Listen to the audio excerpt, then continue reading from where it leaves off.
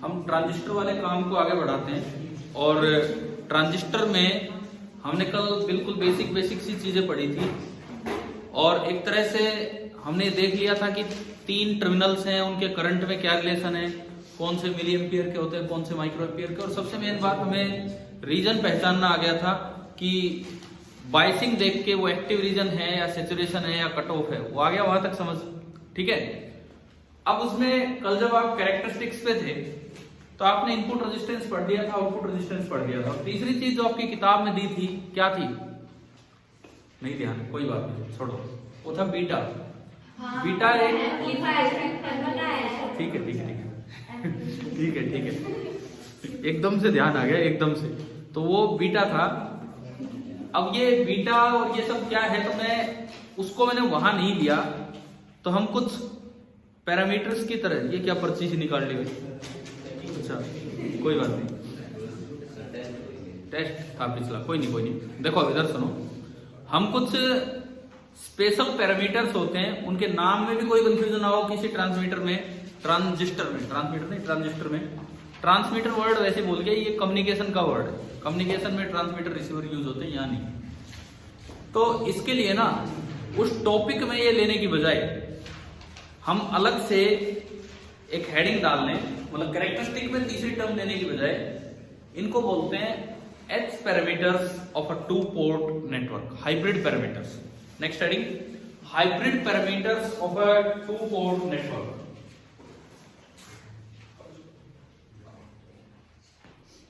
Hybrid या H parameters of a 2 port network, कोई भी 2 पोर्ट नेटवर्क हो। देखो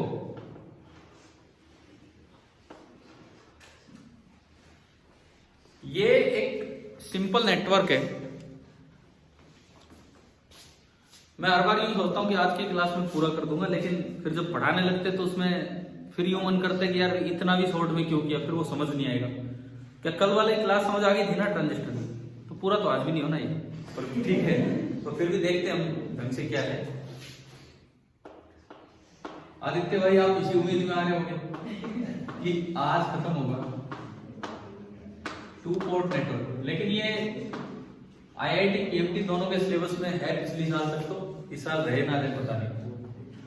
देखो यहां इनपुट वोल्टेज को हम बोल रहे थे V1 और जो इनपुट साइड करंट घूम रहा था उसे बोल दिया I1। यहां मैंने आउटपुट वोल्टेज बोली V2 और इधर जो करंट घूम रहा है, ऐसा नहीं दिखाना है कि यहां से करंट एंटर और वहां से बाहर निकले ना, ऐसा नहीं करना, ठीक है। अब यहां पे कुछ पैरामीटर्स डिफाइन होते हैं जिनको हम एच पैरामीटर बोलते हैं। ये डायग्राम आप बना दो और एक मैट्रिक्स इक्वेशन से वो एच पैरामीटर्स डिफाइन हो जाएंगे।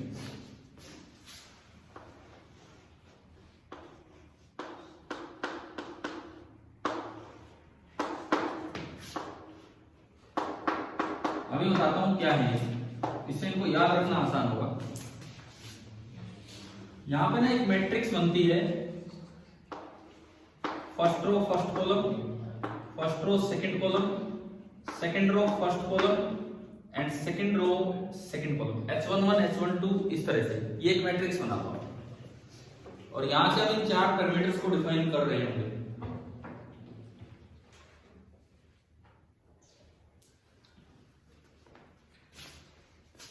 अगर आपको मैट्रिक्स मल्टीप्लिकेशन का थोड़ा सा ज्ञान हो, नॉन मेडिकल वालों को तो पक्का होता ही है, लेकिन मेडिकल वालों को भी अगर ज्ञान हो, वैसे तो इतना भी अज्यूम नहीं करना चाहिए कि नॉन मेडिकल वालों को भी पक्का आता ही होगा, लेकिन फिर भी बताओ यहां से V1 कितना, देखो ये V1 है ना, ये U और U मल्टीप्लाई कर दो तो ये क्या होगा H11 into I1 plus H12 into V2, ठीक है। सिमिलरली जो I2 होगा यहां से I2 वो कितना होगा H21 इंटू I1, उन्हें पता है क्या, तो वैसे ही बोल रहे हो अंदाजे से H22 इंटू V2 नहीं, मतलब बस सीधा याद रखो, ऊपर वाला लिखे तो इसको इससे मल्टीप्लाई कर दिया एक एक करके, और नीचे वाला लिखे तो इसको इससे। और जो नॉन मेडिकल स्टूडेंट है उनको तो आता ही होगा मैट्रिक्स मल्टीप्लिकेशन, ठीक है। ये आप दो इक्वेशन बना लो, यहां से हम 4 पैरामीटर्स को डिफाइन कर रहे हो।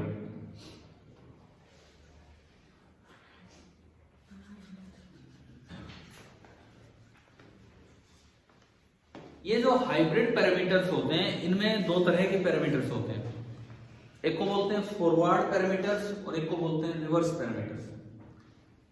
इसके बाद इसी में हेडिंग डालना forward parameters.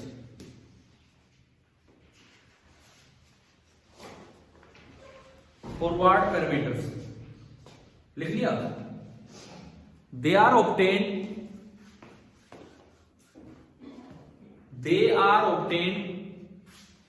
when the output is sorted, SHORTED, when the output is sorted। अच्छा, आउटपुट सॉर्ट करने का क्या मतलब है? सॉर्ट जहां कर दिया ना, सॉर्ट जहां कर दिया वहां की वोल्टेज जीरो, और ओपन जहां कर दिया वहां का करंट जीरो। अब इससे थोड़ा आप आइडिया लगाओ, ट्रांजिस्टर में जब हम इनपुट कैरेक्टरिस्टिक डिफाइन करते थे तो क्या चीज कांस्टेंट रखते थे? Output voltage. और जब आउटपुट कैरेक्टरिस्टिक डिफाइन करते थे तो क्या चीज कांस्टेंट रखते थे? Input current. तो ये पैरामीटर ऐसे डिफाइन होते हैं कि जब फॉरवर्ड पैरामीटर डिफाइन करो तो आउटपुट वोल्टेज को खत्म कर दो, और जब रिवर्स पैरामीटर डिफाइन करें तो इनपुट करंट को खत्म कर देंगे, मतलब सर्किट को ओपन कर देंगे इधर। ठीक है, अब देखो इसको मैंने बोला इक्वेशन नंबर 1 एंड ये है आपकी इक्वेशन नंबर 2। अगर मैं बात करूं V2 को जीरो किया, आउटपुट इज सॉर्टेड, मतलब उसके आगे लिख दिया होगा that is V2 is zero, that is V2 is zero. अगर आप V2 जीरो करते हो तो इक्वेशन 1 से आपको क्या मिलता है? V2 जीरो करने पे H11 मिलेगा। कितना मिलेगा? V1 by I1। And equation 2 से आपको क्या मिलता है? H21। कितना मिलेगा? I2 by I1। ऐसे लिखो और इनके सामने की जगह अभी बचा कर रखो।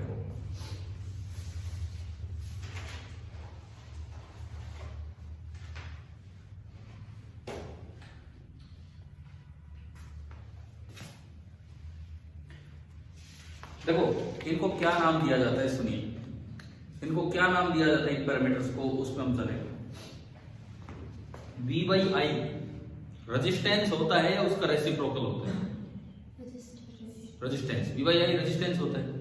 रेजिस्टेंस का ज्यादा जनरल वर्ड होता है इम्पीडेंस। कभी ऐसे में पढ़ा होता हमने, कोई भी रेजिस्टेंस आ जाओ, इंडक्टिव आ जाओ, जो कुछ आ जाओ, उसको ज्यादा जनरल वर्ड कौन सा यूज किया जाता है? इम्पीडेंस। और ये दोनों चीजें इनपुट साइड की हैं, तो इस पैरामीटर का नाम बन जाता है input impedance. Input impedance unit क्या होगी इसकी? जो रेजिस्टेंस की होती है, ओम। वही बीटा पे अभी चलेंगे, एक बार थोड़ा सा इसको देख ले बस। ये क्या है? I2 by I1।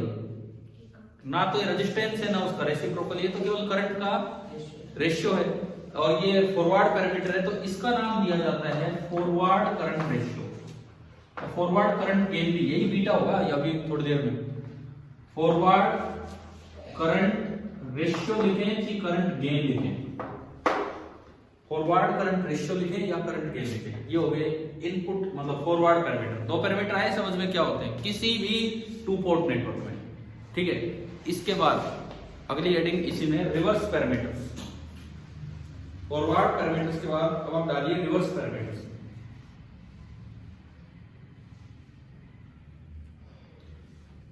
जब आप कल जब रिवर्स कैरेक्टरिस्टिक या आउटपुट कैरेक्टरिस्टिक लिख रहे थे तो किस चीज को कांस्टेंट रखा था? इनपुट करंट को। तो जब इनको डिफाइन करें तो उसको जीरो कर दो, मतलब शॉर्ट करें या ओपन करें इनपुट को? ओपन। तो उसी तरह से लाइन लिख लो जैसे उसमें लिखा था। उसमें पहली लाइन क्या लिखी थी आपने कि वो किस तरह से ऑब्टेन किए जाते हैं? By sorting the output. तो इधर लिख दो by opening the input. They are obtained by opening the input port. They are obtained by opening the input port. That is क्या चीज जीरो कर दिया आपने? I1। That is I1 is zero. अब देखिए I1 जीरो किया तो equation 1 मैं अब इसको यहीं पे बना देता हूं, आप इसी तरह लिख लेना कि इक्वेशन 1 क्या ले रहा है, इक्वेशन 2 क्या ले रहा है। इक्वेशन 1 क्या देगा? I1 जीरो करने पे, I1 जीरो करने पे H12 कितना? V1 by V2। क्या है ये? कोई रेजिस्टेंस है या कुछ है? कुछ नहीं है, वोल्टेज का रेशियो, लेकिन ये रिवर्स रेशियो है, रिवर्स वोल्टेज रेशियो, ये इसका नाम है।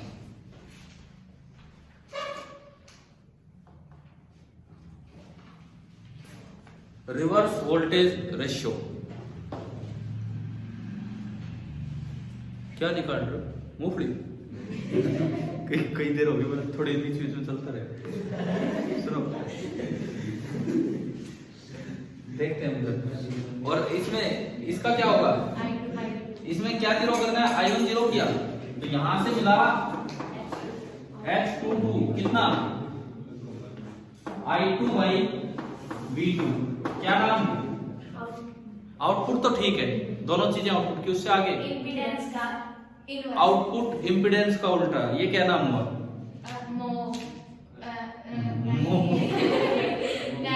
अच्छा सुनो सुनो सुनो,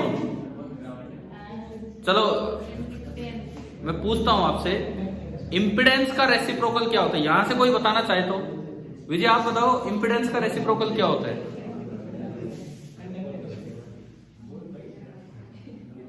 बोलोगे एक मिनट, जवाब दो कुछ भी। रेजिस्टेंस का रेसिप्रोकल क्या होता है? रेजिस्टेंस का कंडक्टेंस, रिएक्टेंस का ससेप्टेंस, और इंपीडेंस का एडमिटेंस। रेजिस्टेंस होता है R, कंडक्टेंस होता है G, कैपिटल G। रिएक्टेंस होता है X, आपने पढ़े होंगे XL XC, वो AC वाले चैप्टर में। उनका रेसिप्रोकल होता है ससेप्टेंस S, कैपिटल S। और इंपीडेंस जिसको हम Z सिंबल देते थे, उसका रेसिप्रोकल होता है एडमिटेंस Y। तो इसका नाम आप लिखेंगे आउटपुट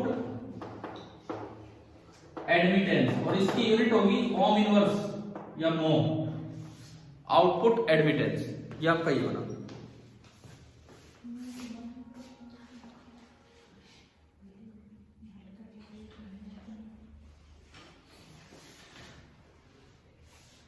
अब देखो, कोई डाउट है क्या इसमें? नहीं। अब मैं कॉमन एमीटर पे चलता हूं। कॉमन एमीटर में ये चीजें कैसे डिफाइन होती है, उन पे हम आते हैं। इसको मिटाने का तो मन नहीं कर रहा, पर फिर भी जगह तो चाहिए ना यहाँ पे, इसलिए मन नहीं कर रहा क्योंकि इनका यूज करेंगे। कॉमन एमीटर एक बड़ा सिंपल सा, मैं पूरा सर्किट नहीं बना रहा हूं। देखो ये चीजें कॉमन बेस में भी लागू होती हैं, कॉमन कलेक्टर में भी, लेकिन हमें कौन सा पढ़ना होता है? कॉमन एमीटर, हम वही पढ़ेंगे।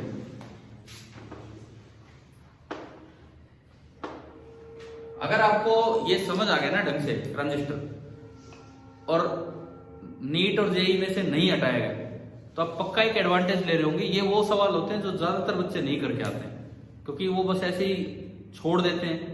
अब तो बोर्ड से हट गया, पहले बोर्ड में था तब कौन सा कर आते थे इनको, ये पता नहीं क्यों ट्रांजिस्टर तो मुश्किल वाले टॉपिक्स में डाल दिया जाता था इस तरह से। देखो आपको मुश्किल नहीं लगना चाहिए, समझ आ रहा है ना एक चीज। तो अब देखो इधर, ये कौन सा है बताओ? अरे नहीं, ट्रांजिस्टर कौन सा है? NPN, common ammeter NPN। बस हम फटाफट बात करें। गोपाल जी, ओ गोपाल जी ये बताओ, ये वोल्टेज कितनी, क्या नाम है इसका? बताओ, नहीं पता क्या बोले इस वोल्टेज को? वोल्टेज आप बेस एमीटर भी बोल सकते हो, एमीटर बेस भी, वो डिपेंड करता है कौन सा हाई है और कौन सा लो है। ये इनपुट वोल्टेज होगी, ये वोल्टेज VCB बोलो तो ये VC ना CE बोलिए, CEC बोलिए, ठीक है। अच्छा ये एरो बाहर निकला, हमने पढ़ा था कल कि ये बाहर आया तो ये दोनों अंदर आएंगे, और ये अंदर आएगा तो ये दोनों बाहर जाएंगे, है ना।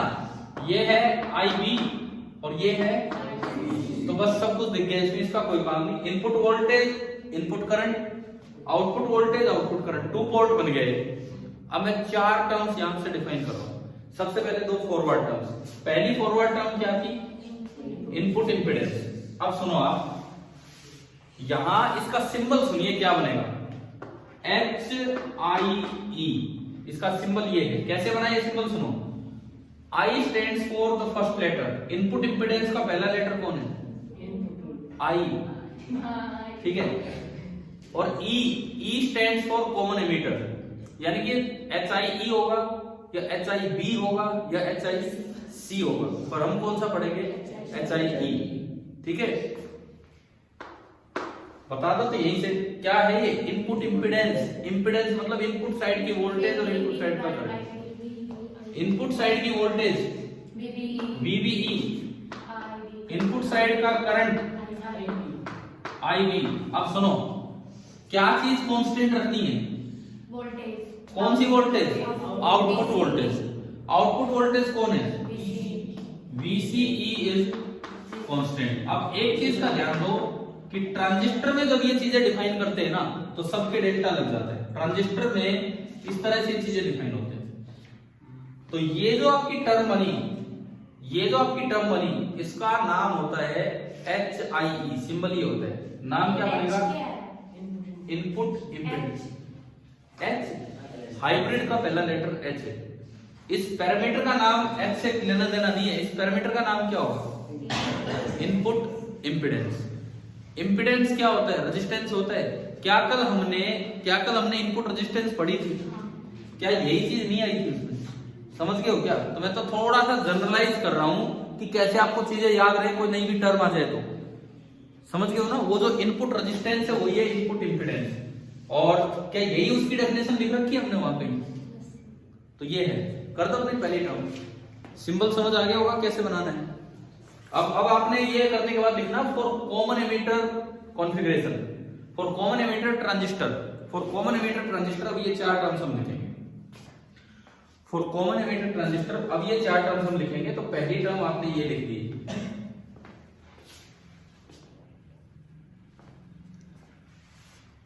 क्या फर्स्ट टर्म सभी को समझ आ गई है कि? सेकेंड टर्म का नाम क्या है? Forward current ratio. तो उसका सिंबल बताओ क्या होगा?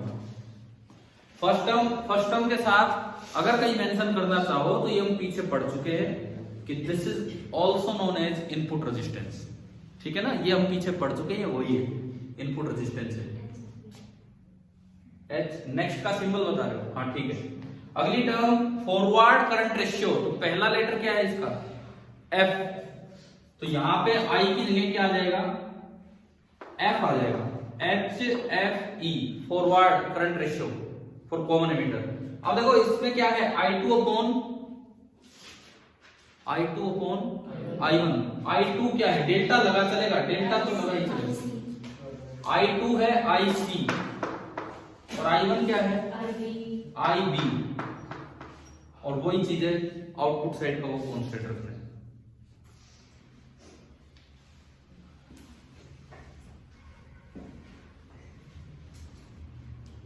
इसको ही एक और भी सिंबल दिया जाता है जिसको बोलते हैं बीटा AC। अभी आऊंगा मैं उस पर अलग से। बीटा AC भी इसको बोल देते हैं। AC तो इसलिए कि डेल्टा लगा है। डेल्टा नहीं लगा तो कौन सी वैल्यू होती है? DC value. कभी डायोड में रेजिस्टेंस डिफाइन किए थे? स्टैटिक और डायनेमिक। स्टैटिक को DC वैल्यू बोल देते हैं और डायनेमिक को AC। तो डेल्टा लगे हो तो AC, नहीं तो DC। इस तरह से होता है, ठीक है? ये इसका दूसरा सिंबल है। चलो तीसरे में चलो फटाफट।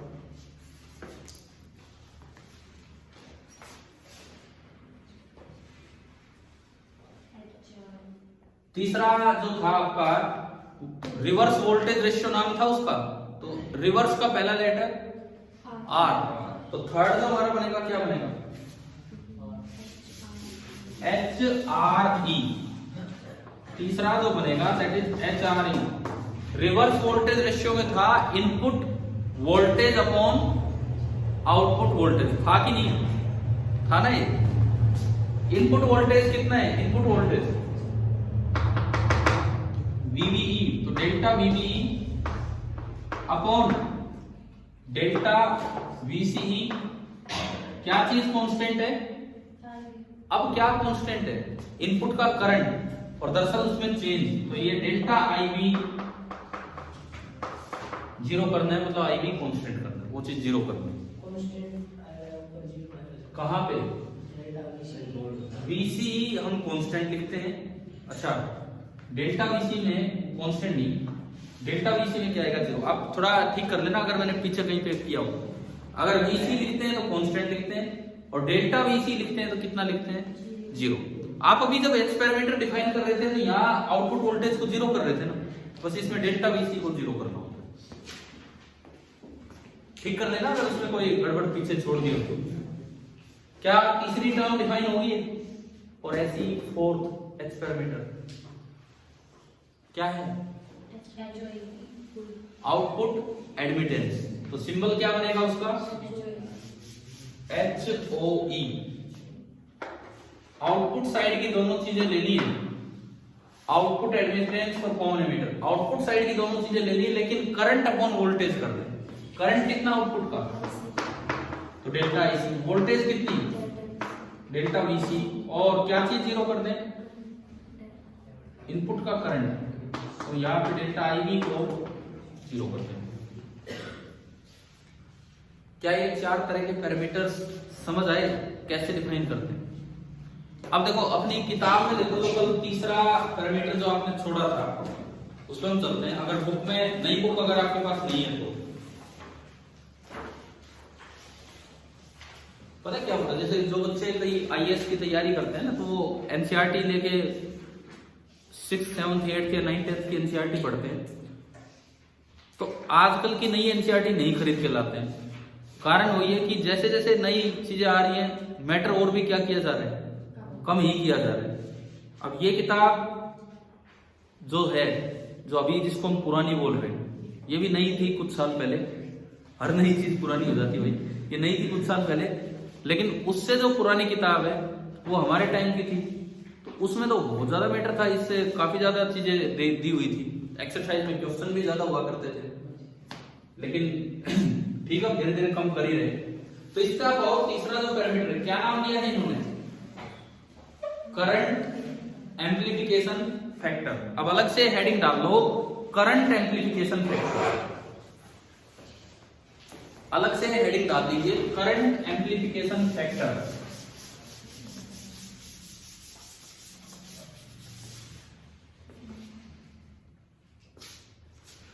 हमें पढ़ना तो कॉमन एमिटर के लिए ही है, फिर भी बड़ी आसान सी चीज है इसलिए मैं आपको बता देता हूं। देखो CV, CE, CC, समझ गए? ये तो वही कॉन्फ़िगरेशन है, हम कुछ नहीं बनाएंगे। CV में कॉमन क्या होता है? इस साइड क्या होता है आपको याद हो, और इस साइड कलेक्ट। इनपुट और आउटपुट में दिखा। CE में कॉमन इस साइड बेस और इस साइड कलेक्टर। यहाँ पे कॉमन है कलेक्टर, इस साइड है बेस और इस साइड है मतलब इनपुट आउटपुट करंट दिखाएं आपको। ये जो करंट एम्प्लीफिकेशन फैक्टर आपने हेडिंग डाली है, इसका सिंबल कॉमन बेस में अल्फा होता है, कॉमन एमीटर में बीटा होता है और कॉमन कलेक्टर में क्या होता है? गामा। अब सुनो, ये केवल फॉरवर्ड करंट रेशियो और कुछ नहीं है। फॉरवर्ड करंट रेशियो क्या होता था? Output current upon input. अब सुनिए, आउटपुट करंट यहां पे कितना है? IC upon IB। Output current यहां कितना है? IC और इनपुट IB। अच्छा, ये यहां पे ना IE है और यहां देखें आउटपुट है IE और इनपुट है IB। अगर आप केवल एक वैल्यू लेके डिवाइड करते हो तो इनको बोलते हैं DC value, alpha DC, beta DC, gamma DC। लेकिन अगर आप इनकी AC वैल्यू देना चाहें, डायनेमिक वैल्यू, इसमें क्यों जाए यार, हमें जब एक ही पढ़ना है तो क्यों, पता नहीं क्यों बना रहे हैं इनको। कई बार मुझे लगता है तो बहुत आसान चीज है इसलिए बता दी जाए साथ साथ, ठीक है। याद तो रह ही सकता है, कभी अल्फा गामा का जरूरत पड़ेगी तो वैसे पड़ेगी नहीं। अब इसी पे आता है, अगर आपको बीटा AC लिखना हो, बीटा AC, तो क्या कर दो? चेंज करके देखना होगा, डेल्टा IC अपॉन डेल्टा। लेकिन जब ये चेंज करते हैं तो कुछ चीज कांस्टेंट रखते हैं। ये फॉरवर्ड पैरामीटर है, याद है आपको? फॉरवर्ड पैरामीटर में क्या कांस्टेंट रखते हैं? आउटपुट की वोल्टेज। आउटपुट वोल्टेज क्या है इधर? VCE। तो यानी कि इसमें डेल्टा VC 0 या फिर आप VC को क्या रखेंगे?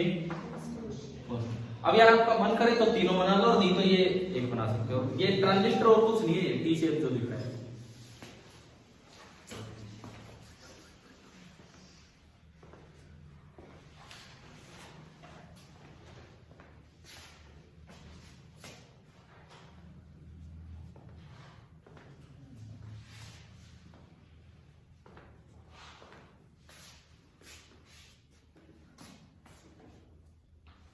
आदित्य मन कर रहा है ट्रांजिस्टर पढ़ने में, हैं? ट्रांजिस्टर होता क्या है? पुराने जमाने में तो रेडियो को ही ट्रांजिस्टर बोल देते थे, लेकिन ट्रांजिस्टर रेडियो नहीं होता है। ट्रांजिस्टर डायोड क्या होता है? डायोड पढ़ लिया आपने आदित्य? पता क्यों नहीं है फिर? डायोड एक सिंपल सी डिवाइस है। डायोड एक सिंपल सी डिवाइस है जिसके अंदर दो सेमीकंडक्टर एलिमेंट जुड़े होते हैं। डोपिंग होती है, एक पी टाइप और एक एन टाइप। कोई भी एक सेमीकंडक्टर लेके उसे डायोड बोल देते हैं। तीन तरह की डोपिंग कर दो, P N P N P N, तो वो क्या बन जाता है? ट्रांजिस्टर। काम तो अभी चलेगा ना। एप्लीकेशन ऑफ ट्रांजिस्टर अभी स्टार्ट ही नहीं किया। एप्लीकेशन ऑफ डायोड पढ़ा था हमने। बताओ कोई भी एक एप्लीकेशन बता दो डायोड की, कोई भी एक एप्लीकेशन। सबसे पहली एप्लीकेशन हमने पढ़ी रेक्टिफायर। सबसे पहली एप्लीकेशन हमने पढ़ी रेक्टिफायर, फिर जेनर डायोड, फिर फोटो डायोड, फिर एलईडी और फिर सोलर सेल। ये कुछ चंद एप्लीकेशंस थी जो हमने पढ़ी। तो मैंने तो पहले ही बताया था।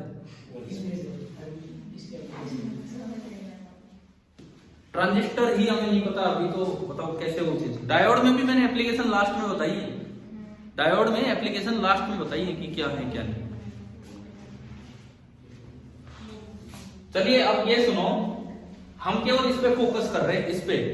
तो यहां पे ना आप एक चीज ये लिख देना, क्या होता है कि हमने पढ़ा था कि transistor is a current control device, यानी कि IC is controlled by ivy. और असल में आईसी लीनियरली वेरी करता है आईवी के साथ। तो जो रेशियो इनका होता है वही इनमें चेंज का रेशियो होता है। इसलिए बीटा डीसी और बीटा एसी नियरली क्या होते हैं? सेम होते हैं।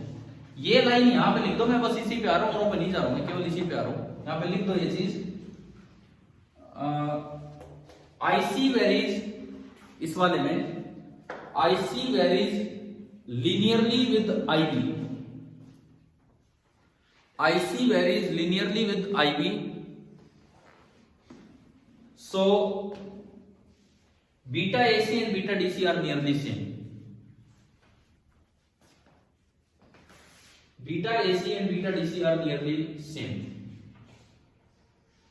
अब एक बार इस सवाल पे आओ तो आपकी किताब में एग्जाम्पल 14.8 है।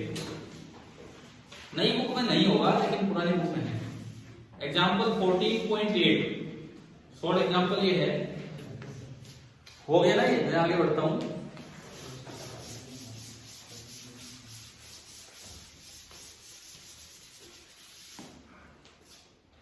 देखिए हम पुरानी वाली बुक का एग्जाम्पल 14.8 ले रहे हैं। क्या लिखा है? ये एक डायग्राम पे बेस्ड है। जो डायग्राम इन्होंने इधर दे रखा है, पहले लिख दिया कि फिगर ये वाली, और ये जो डायग्राम है आपकी बुक में इधर की तरफ दिया हुआ है। इधर तो लिखते हैं VCE वोल्ट में, और ऊपर ये लेता है IC मिली एम्पियर में। ये है। और आपको ना ये ग्राफ कुछ ऐसा दिखा रखा है। शुरू में 10 माइक्रो एम्पियर पे ये 2 के आसपास है। देखो ये 2 वाली लाइन है, और ये ग्राफ ऐसा दिखाया हुआ है 2 से थोड़ा नीचे। ये तब है जब IB आपने कितने पे फिक्स कर रखा है? आपको ध्यान है आउटपुट कैरेक्टरिस्टिक जब बना रहे थे तो इनपुट करंट को कांस्टेंट कर रहे थे, तो IB को क्या कर रखा है? कांस्टेंट। उसके बाद 20 पे 2 और 3 के बिल्कुल बीच में है। 2 और 3 के बिल्कुल बीच में है, तो 2 और 3 के 4 के 2 और 4 के, तो मैं इसको 3 मान सकता हूं। अगला जो ग्राफ दिया है वो ये दिया है, आप इसको 3 मान सकते हो, 3। और ये IB बोलोगे बुक से देख के कितना है? 20 माइक्रो एम्पियर। इसके बाद सुनो, इससे अगला जो है वो 30 माइक्रो एम्पियर पे है और वो 4 से और 6 के बिल्कुल बीच में नहीं है, बल्कि 4 की तरफ है।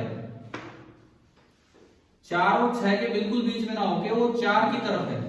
तो अब 5 पे नहीं, हम 4.5 पे मान सकते हैं उसे, ठीक है। 5 से थोड़ा नीचे है। आई भी कितना है इसमें 30 माइक्रो एम्पियर। तो आप इसे मान सकते हो कि ये जो वैल्यू है 4.5, बिल्कुल बीच में दिखता तो मैं 5 मान लेता, ऊपर वाले की तरफ होता तो 5.5 और अभी 4.5, ठीक है। ये आइडिया लगा। अब देखो इसमें पढ़ता हूं, यहां तक काम चल जाएगा, बिकॉज इसने लिखा है क्वेश्चन में from these output characteristic calculate the values of beta AC and beta DC. ये कह रहा है कि दोनों वैल्यू आपको निकालनी है, बीटा एसी भी निकालनी है एंड बीटा डीसी भी। कहां निकालनी है वो सुनो। व्हेन VC is 10 वोल्ट, ये तब निकालनी है जब VC 10 वोल्ट यहां कहीं है आपके ग्राफ में। जब आप VC तो लेते हैं 10 वोल्ट एंड IC कितना लेते हैं 4 मिली एम्पियर। यानी कि ये जो पॉइंट है ना, ये जो पॉइंट है, इस पे मुझे बीटा एसी निकालना है और बीटा डीसी निकालना है। कैसे निकालते ग्राफ से वो समझो। बीटा एसी, कभी आपने डायनेमिक रेजिस्टेंस निकाली थी डायोड की, कि उससे कुछ ऊपर पॉइंट लिया कुछ नीचे और डेल्टा वी डेल्टा ई देखा था और इस तरह से किया था। तो वही काम यहां करना है। सबसे पहले मैं बात करूं बीटा की। बीटा होता है करंट का ratio, input upon output current या output upon input current, output upon input. और दिमाग में बैठ जाना चाहिए कि कॉमन एमीटर में इनपुट साइड कौन सा करंट है, बेस करंट, और आउटपुट साइड कलेक्टर। यानी कि बीटा का मतलब होगा IC अपॉन IB। बीटा का केवल इतना सा मतलब है IC अपॉन IB, है ना। तो देखो सबसे पहले मैं बीटा एसी पे चला, बीटा एसी को मैं कैलकुलेट करने चला, तो जो बीटा एसी होगा that is equal to output लेकिन चेंज के साथ delta IC upon delta IB at a fix voltage of 10 volt. VC तो फिक्स करना था और VC हमने फिक्स कर दिया, और VC कितना फिक्स कर रखा है इस सवाल में 10 वोल्ट। अभी ये ग्राफ से रीड करने डेल्टा IC तो यार देखो, इससे थोड़ा ऊपर देख लो और इससे थोड़ा नीचे देख लो। थोड़ा ऊपर IC कितना है 4.5 मिली एम्पियर और थोड़ा नीचे IC कितना है 3। तो ये बना डेल्टा IC तो बना 4.5 minus 3 milliampere upon delta IB कितना है। अभी कितने भाई इन दो पॉइंट्स पे डेल्टा IB, हाँ 30 तो ऊपर वाले पे और 20 नीचे वाले पे। तो ये बना 30 माइनस 20 और नीचे बना माइक्रो एम्पियर। तो देखो ये तो 1.5 और ये कितना 10 थे, 15 अपॉन 100 हो गया। और मिली में होता है 10 की पावर -3 और माइक्रो में 10 की पावर -6। तो 10⁻³ नीचे बचा और नीचे 100 पहले से है, तो 10⁻⁻1 नीचे बचा, ऊपर गया तो 15 × 10 150। और क्योंकि ये करंट का रेशियो है तो ये यूनिटलेस होगा, क्योंकि ये करंट का रेशियो है तो इस वजह से ये यूनिटलेस होगा। क्या ये समझ आया? बीटा एसी कैसे कैलकुलेट करने का समझ आ गया कि नहीं भाई? अगर देखो, अगर ये चीजें सिलेबस में रहती हैं, जेई और नीट के सिलेबस में रहती हैं, तो पक्के चांसेस हैं कि इस तरह के सवाल आ जाए। हाँ जी आदित्य बोलो क्या पूछना है? नहीं यार, 10⁻³ ये है, 10⁻⁻6 ये है, तो नीचे भी तो 100 था, वो कटपिट के ये 150 आ रहा है। अरे नीचे 10 था, ऊपर 1.5 था, कटपिट के ही तो ये हमने किया है। ठीक है, क्या बीटा एसी कैलकुलेट करना आ गया? दिक्कत आती है बीटा डीसी में। बच्चे कई बार सोचते हैं बीटा एसी में दिक्कत आनी चाहिए क्योंकि उसमें तो दो चीजें, बीटा डीसी दिख ही नहीं रहा है यहाँ। क्या आपको इस जगह बीटा डीसी की मैं अगर बात करूं, बीटा डीसी, तो बीटा डीसी में तो डेल्टा हटा देना है, कोई कांस्टेंट नहीं रखना, सब कुछ फिक्स है, IC अपॉन IB। परंतु ऐसी जगह पूछ लिया जहां IC तो दिख रहा है, क्या IB दिख रहा है? क्या अभी IB तो नहीं दिख रहा है। अब कैसे करें? या तो बाई चांस ग्राफ वहां से पास हो रहा होता तो डायरेक्ट रीड कर लेते। अगर डायरेक्ट रीड ना कर पाओ और बीटा डीसी निकालना हो तो जस्ट इससे ऊपर बीटा डीसी निकाल लो, जस्ट इससे नीचे बीटा डीसी निकाल लो और दोनों का क्या ले लो? Arithmetic mean, average. ठीक है, डायरेक्ट निकल जाता। अगर ग्राफ यहां से पास होता तो मैं देख ही लेता। ये नहीं देखना मुझे, ये नहीं देखना, केवल ये देखता आई सी ये ना आई बी वहां से देख लेता, लेकिन वहां से ग्राफ ही नहीं जा रहा है। तो अब कैसे करें इसमें, आप पहले यहां का बताओ बीटा डीसी 1 यहाँ कितना है, देखो यहाँ करंट कितना है आईसी 0.15 आईसी मतलब मैंने सारा बता अच्छा ठीक है, आईसी कितना है 4.5 मिली एम्पियर और आईबी कितना है 30 माइक्रो एम्पियर। इस जगह में निकालूं तो 4.5 अपॉन 30 और मिली अपॉन माइक्रो ऊपर जाके 10 की पावर 3 बचेगा। एक बार देखोगे ये कितना आ रहा है बीटा डीसी 1, बीटा डीसी 1 कितना बचा ये 150 बच रहा है, कितना आया 150 आया। अब मैं इसके बाद यहां पे देखूं, यहां पे बीटा डीसी 2 मैं बस वैल्यू ही देख लूं यहां से, ये 3 है 3 मिली अपॉन 20 माइक्रो 3 मिली अपॉन 20 माइक्रो 3/2 ये भी 150 आ रहा है, देख लो आप देख लो करके 3 मिली 3 to 10 power -3 upon 20 to 10 power 150 आ रहा है ये, यहां भी आ गया 150 वहां भी 150, तो दोनों का एवरेज कितना होगा 150। तो बीटा डीसी आपका कितना आ गया 150 और बीटा एसी अभी कितना निकला था, तो हमने लिखा भी था कि ये लिनियरली वेरी करते हैं, तो बीटा एसी और बीटा डीसी दोनों सेम होते हैं। तो क्या अभी कैसे ये वाला पैरामीटर निकाला जाता है समझ आ गया आपको, ठीक है। सोल्ड एग्जांपल था ये जस्ट, लेकिन हमने देख लिया कि किस तरह से चीजें निकलती हैं। ट्रांजिस्टर में पैरामीटर समझ आए यहां तक। इसके अलावा एक और पैरामीटर कभी कभार यूज हुआ है, क्वेश्चंस में आ जाता है। ये वाला सवाल तो क्लियर हो गया है ना, ठीक है, उसमें नहीं है, एक्सरसाइज में नहीं है, इस पे सवाल एक्सरसाइज में नहीं है, इसमें इस पे कहां है एक्सरसाइज में, कैरेक्टरिस्टिक पे वो यूजेस पे है, एप्लीकेशन पे, कैरेक्टरिस्टिक पे नहीं है, ठीक है। अब सुनो एक और टर्म आप लिख लीजिए, ट्रांस कंडक्टेंस ऑफ सीई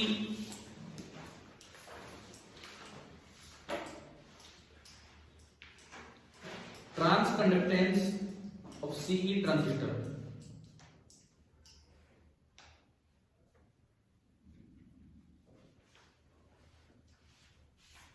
ये वर्ड अगर कहीं आता है, देखो कंडक्टेंस का क्या मतलब होता है, कंडक्टेंस रेजिस्टेंस का उल्टा, तो मतलब करंट अपॉन वोल्टेज या voltage upon current, current upon voltage. Trans का मतलब है कि ना तो इनपुट है ना आउटपुट है, एक चीज आउटपुट की लेनी होगी और एक चीज, तो आउटपुट का करंट लेते हैं और इनपुट का वोल्टेज लेते हैं, इनपुट की वोल्टेज लेते हैं। लेकिन ये टर्म यूज होती है जब आप ट्रांजिस्टर को एज एन एम्पलीफायर यूज कर रहे होते हैं ना, वहां ज्यादा। तो पहले तो इसको डिफाइन कर दो क्या होता है, it is the ratio of output current to input voltage, output current to input voltage, and is used when the transistor is acting as an amplifier.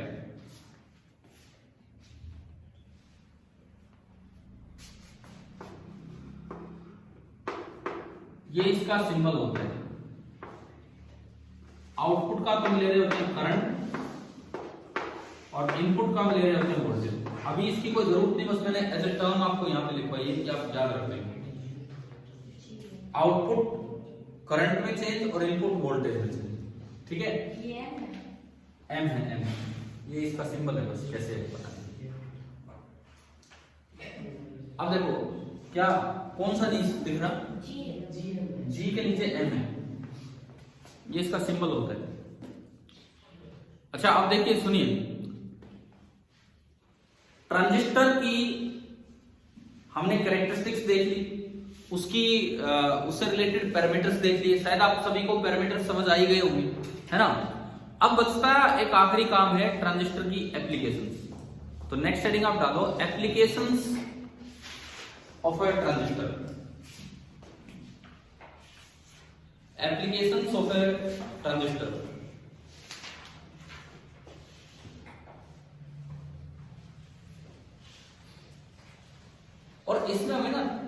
चीजें पढ़नी होती हैं, 3 चीजें, transistor as a switch, as an amplifier, as an oscillator. आप book में देखोगे तो ये एक टॉपिक होगा ट्रांजिस्टर एज ए डिवाइस नाम से, ट्रांजिस्टर एज ए डिवाइस नाम से होगा। उसमें पहली एप्लीकेशन होगी एज ए स्विच, दूसरे नंबर पे होगा एम्पलीफायर, फिर उसी को थोड़ा एक्सप्लेन किया होगा उन्होंने एम्पलीफायर को ही, और तीसरे नंबर पे होगा ऑसिलेटर, और उसके साथ ये ट्रांजिस्टर खत्म हो जाता है। फिर आपका डिजिटल आ गया होगा पुरानी बुक में, ठीक है, ऐसा ही है ना, यही सीक्वेंस है हमारी। तो एज ए डिवाइस या इसकी एप्लीकेशंस में नंबर 1 लिखो, ट्रांजिस्टर एज ए स्विच।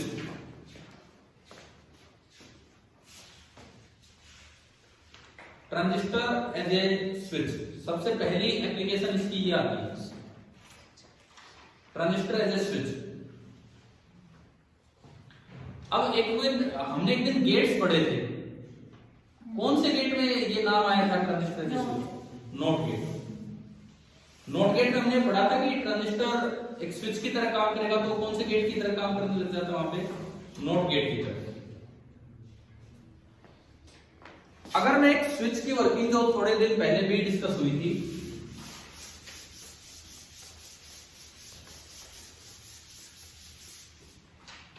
देखिए अगर मैं इस चीज पे आता हूं,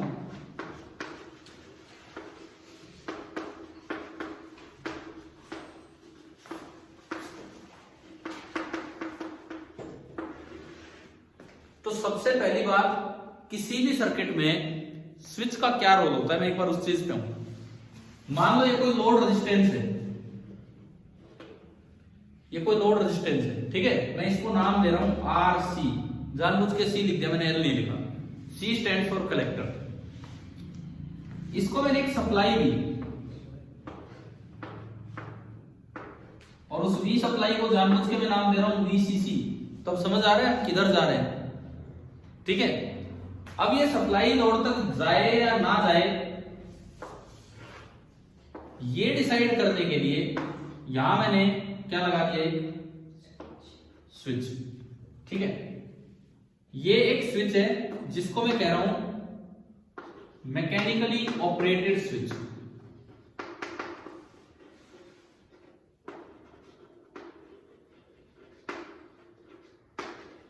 this is a mechanically operated switch, मतलब खटका। पर मैकेनिकली ऑपरेटेड स्विच क्या होता है समझ गए ना, ये है, इस तरह का स्विच लगाया। अब मैं केवल 2 बातें देखूंगा यहां पे, स्विच के पास कितनी सप्लाई है, इधर तो लिखने की जगह नहीं है, तो मैं इसको आगे लिखा रहा हूं।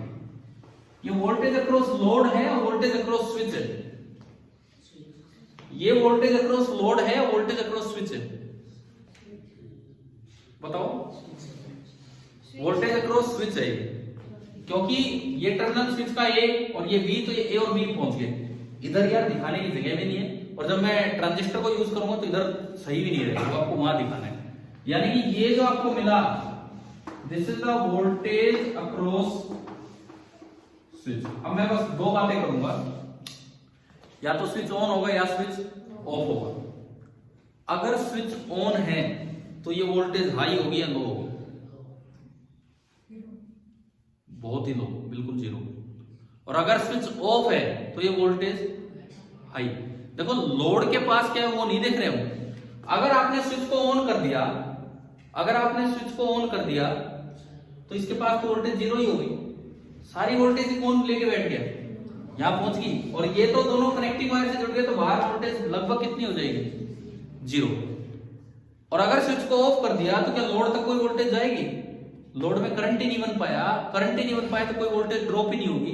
तो अगर हम देखें ये पॉइंट ए, तो ये तो ए बाहर पहुंच गया, ये बी, यहां कोई वोल्टेज है नहीं तो ये बी बाहर पहुंच गया, तो जो इसकी वोल्टेज है सारी सारी बाहर मिल रही है, स्विच के पास मिल गई। समझ आया? मतलब ये कि यहां मैं V अक्रॉस स्विच को 2 तरीके से दिखा सकता हूं। अगर वो ऑफ स्विच है, अगर वो स्विच ऑफ पोजीशन में है तो वोल्टेज वहां मैक्सिमम मिलेगी कि मिनिमम? मैक्सिमम। तो वोल्टेज जो है V आउटपुट जो मैं यहां दिखा रहा हूं, ये वाली, this is nearly equal to VCC, थोड़ा बहुत कम ज्यादा हो सकती है, एंड दिस इज मैक्सिमम। और अगर मैं इस स्विच को ऑन स्टेट में दिखाऊं, ऑन स्टेट में, तो ये वोल्टेज क्या होगी? तो ये जो वोल्टेज होगी, वोल्टेज अक्रॉस द आउटपुट, वो लगभग क्या होगी? 0, यानी कि तो पहली बात तो अभी नॉट गेट कैसे हो तो आएगा इसमें बाद में, नॉट गेट कैसे हो तो बाद में, लेकिन हमें ये पता लग रहा है कि कोई भी चीज एक स्विच का काम कब करती है। अगर वो सारी वोल्टेज खुद ही रोक के बैठ जाए तो कैसा स्विच है? अगर वो सारी वोल्टेज खुद ही रोक के बैठ जाए तो कैसा स्विच है? Off switch. और अगर वो खुद कोई वोल्टेज ना रखे तो कैसा स्विच है? On switch. तो सबसे पहले तो हमने ये सीखा role of a switch in a circuit, इसके अंदर ट्रांजिस्टर एज ए स्विच। अब ये जो है VCC, ये तो सप्लाई है, और यहां पे ये किसका काम कर रहा है? लोड का। क्या ये बात समझ आ गई है ना? तो ये बनाओ पहले आप, ये बनाओ, फिर ट्रांजिस्टर इंक्लूड करेंगे इसमें।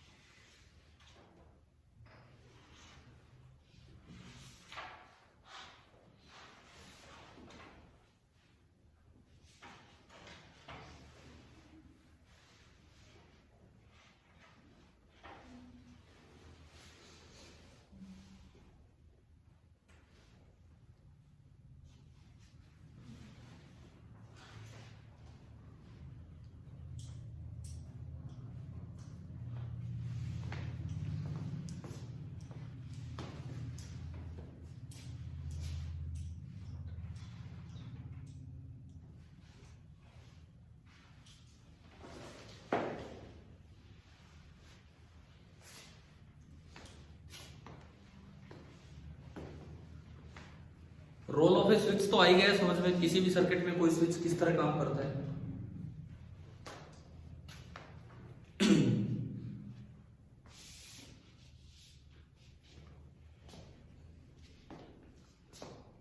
अब हमें कहां फिट करना है ट्रांजिस्टर इस सर्किट में? स्विच की जगह, ना ये हटाना है ना ये हटाना है। ट्रांजिस्टर कहां फिट करना है? बिल्कुल स्विच की जगह फिट करना है, ठीक है। तो ये जो स्विच है हटा दो, मैं बना लिया ना आपने। अब देखिए, अब जो अगली चीज हम देख रहे हैं इसी के अंदर, रोल ऑफ ए ट्रांजिस्टर। अब इसमें देखें,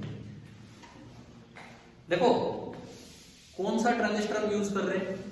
कॉमन एमीटर, उसमें भी NPN। अभी बनाता हूं, देखना। यहां पे मैंने एक ट्रांजिस्टर लिया, बेस इधर कर दिया। बेस किस साइड करते हैं? Input side. बेस की आपने इनपुट साइड, ये कौन सी साइड होगी? कलेक्टर, और ये एमीटर, और NPN चाहिए तो एरो।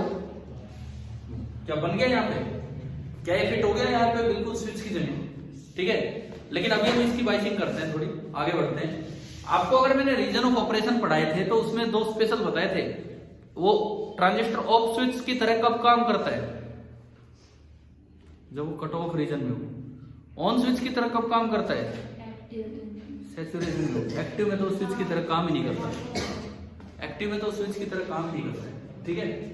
तो अभी देखो, अभी सर्किट पूरा करते हैं बस। यहाँ कुछ भी आपने रेजिस्टेंस ले ली, कुछ भी रेजिस्टेंस इधर की तरफ,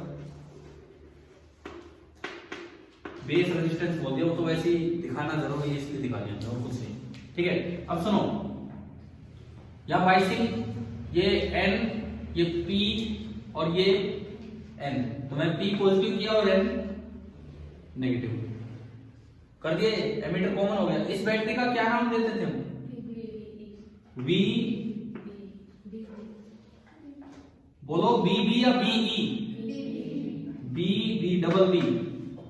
और जो वोल्टेज यहां पहुंचती थी यहां, उसको क्या नाम देते थे? VB। ऐसा था, ये जो RB है ना, ये वो रियोस्टेट टाइप अरेंजमेंट होती थी, वो इतना मैं बना नहीं रहा यहाँ पे अभी। तो ये ना, ये जो भी है आप इसको वेरी करा के आपके वोल्टेज को चेंज कर सकते हो। अच्छा, यहां लगा दिया जाता है वोल्टमीटर एज ए स्विच, इसको देखने के लिए। यहां लगा दिया जाता है एक वोल्ट मीटर। ये कोई एसी सोर्स नहीं है, ये सिंपल एक वोल्ट मीटर है जो ये बताएगा कि आप वहां कितनी वोल्टेज दे रहे हो। एक मिनट, ये बताओ, ये वोल्ट मीटर VBB को रीड कर रहा है या VBE को रीड कर रहा है? ये वोल्ट मीटर इसको रीड कर रहा है, VBB को या VBE को? VBE को। ये देखो ना, ये पॉइंट सीधा यहाँ है और ये पॉइंट सीधा यहाँ है, समझ गए हो ना? VBB को रीड नहीं कर रहा है, यानी कि ये रीड कर रहा है VBE को। और हमारे इस ट्रांजिस्टर के स्विच के ऑपरेशन के लिए ये इसे बोला जाता है इनपुट वोल्टेज, और बाहर जो ये स्विच बाहर बना है इसको क्या बोला जाता है? V output. अब ये बार बार हम दोबारा से ये नहीं दिखाएंगे, पिछली बार दिखा दिया है, ये तो अभी इसकी बस वर्किंग चेक कर लेते हैं थोड़ी सी। अब देखो, ये मैकेनिकली ऑपरेटेड स्विच नहीं है, यहाँ पे ट्रांजिस्टर एज ए स्विच काम कर रहा है, लेकिन उसको कंट्रोल कोई वोल्टेज कर रही है। आप इनपुट वोल्टेज को कम कर दोगे तो ये ऑफ स्विच की तरह काम करेगा, और इनपुट वोल्टेज को ज्यादा कर दोगे तो ये ऑन स्विच। ये मैं अभी समझा दूंगा जरा सा काम। अब आप ये डायग्राम बना दो।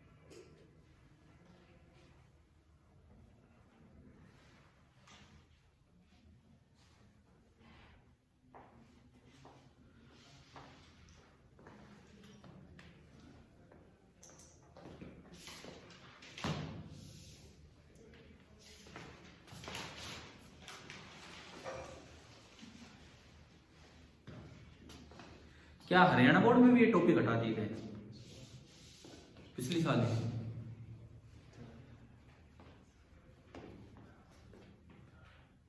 यहां पे ये बात बता देना, सबसे पहली बात, ये VI क्या दिखा रहा है? ये कौन सा वोल्ट मीटर है?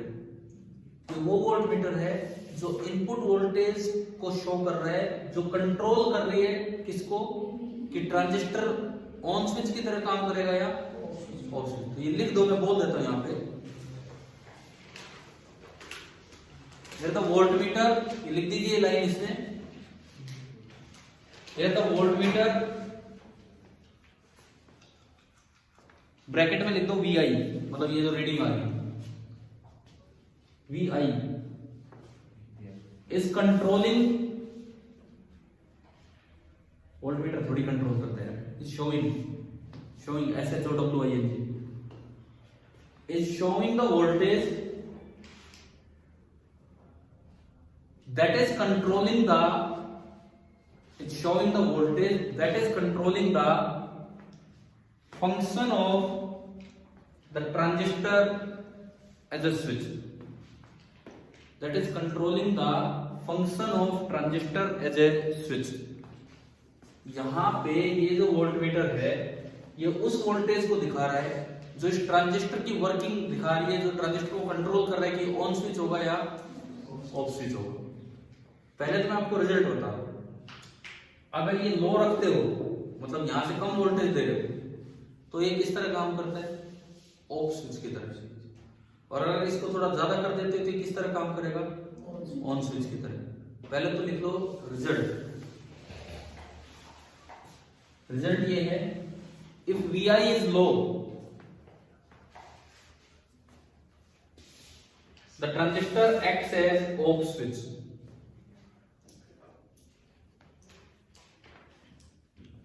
The transistor acts as off switch। और दूसरी बात, if VI is high,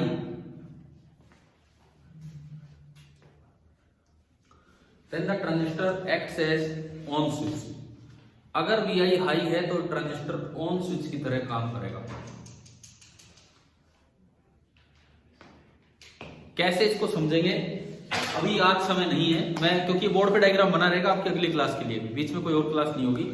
और तब तक मैं एक बार जस्ट 2-3 मिनट एक रिपीटिशन सा करता हूं। देखो हमने गिनती की चीजें सीखी आज।